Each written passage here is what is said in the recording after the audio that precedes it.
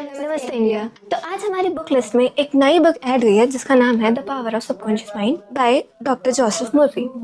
इस बुक्स में कुछ ऐसी चीज़ें लिखी हैं जो हम अपनी लाइफ में बहुत अच्छे से इम्प्लीमेंट कर सकते हैं और इससे हमारी मेंटल हेल्थ और अच्छे से पावर अप हो सकती है। ये बुक हमने रिसेंटली रीड किया है। इसके कुछ की पॉइंट्स और लर्निंग्स आज हम जानने वाले हैं। तो शुरू करते हैं कि स्टार्टिंग के 2 चैप्टर्स में मैंने क्या सीखा। मैं ये बताया कि जो हमारा ह्यूमन माइंड होता है वो 2 पार्ट्स में डिवाइडेड रहता है, एक कॉन्शियस माइंड और सब कॉन्शियस माइंड। कॉन्शियस माइंड को हम चेतन मन भी बोलते हैं और सब कॉन्शियस माइंड को हम अवचेतन मन बोलते हैं। तो कॉन्शियस माइंड हमारा डिसीजन मेकिंग माइंड होता है और सब कॉन्शियस माइंड हमारा इम्प्लीमेंट माइंड होता है। एक एग्जाम्पल देती हूँ मैं, जैसे कि छोटा बच्चा होता है तो एक्शन तो कर रहा है, लेकिन उसके एक्शन से हमें ये पता चलता है कि उसकी परवरिश कैसी है, वो अपने बड़ों से क्या सीख रहा है। वैसे ही हमारा सबकॉन्शियस माइंड है कि हम उसको जैसे ढालेंगे हमारा सबकॉन्शियस माइंड वैसे ही होगा।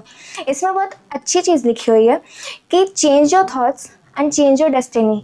मतलब अपने विचार को बदलोगे तो तुम्हारा जो एम है तुम उसको अचीव करने में ना तुम्हें बहुत जल्दी आसानी होगी। तो आइए अब चलते हैं हम आगे के कुछ चैप्टर्स में जो पर्सनली मेरे बहुत फेवरेट है, जैसे कि mental healing in Asian times and mental healing in modern times. Ancient times में भी जब हमारे पास इतनी बड़ी बड़ी डेवलपमेंट नहीं थी, हमारे पास ज़्यादा टेक्नोलॉजी नहीं थी, इक्विपमेंट्स नहीं थे, तब पर भी हमारी बड़ी से बड़ी डिसीजेस वैद्य ऋषि और दूसरे डॉक्टर्स बहुत आसानी से सही कर लेते थे और उनको ठीक कर लेते थे। मैं आपको एक एग्जांपल देती हूँ। एक टाइम था कि एक बड़ी औरत के टंग में पैरालिसिस था, तो वो जब गई वैद्य ऋषि के पास तो उनने उनको बोला कि आपको एक इलेक्ट्रिक शॉक देना पड़ेगा जब आपकी जो टंग पैरालिसिस है वो ठीक हो सकता है।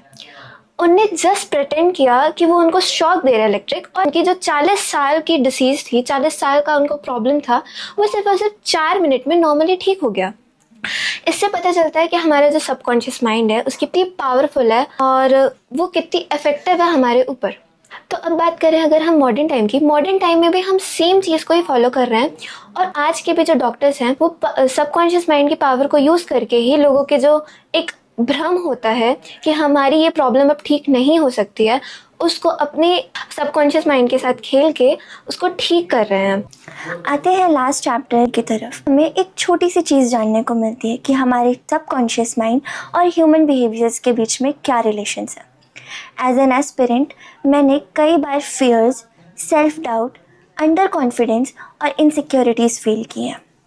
बहुत छोटे शब्दों में कंसोलिडेट करना चाहूँगी इतने सारे चैप्टर्स को कि अगर आप सिर्फ और सिर्फ नेगेटिविटी लाते हैं, सिर्फ और सिर्फ सेल्फ डाउट लाते हैं, तब आपका कॉन्फिडेंस अपने आप नीचे जाने लगता है और कहीं ना कहीं ये सारी चीज़ें आपके कॉन्शियस माइंड में आने लग जाती हैं।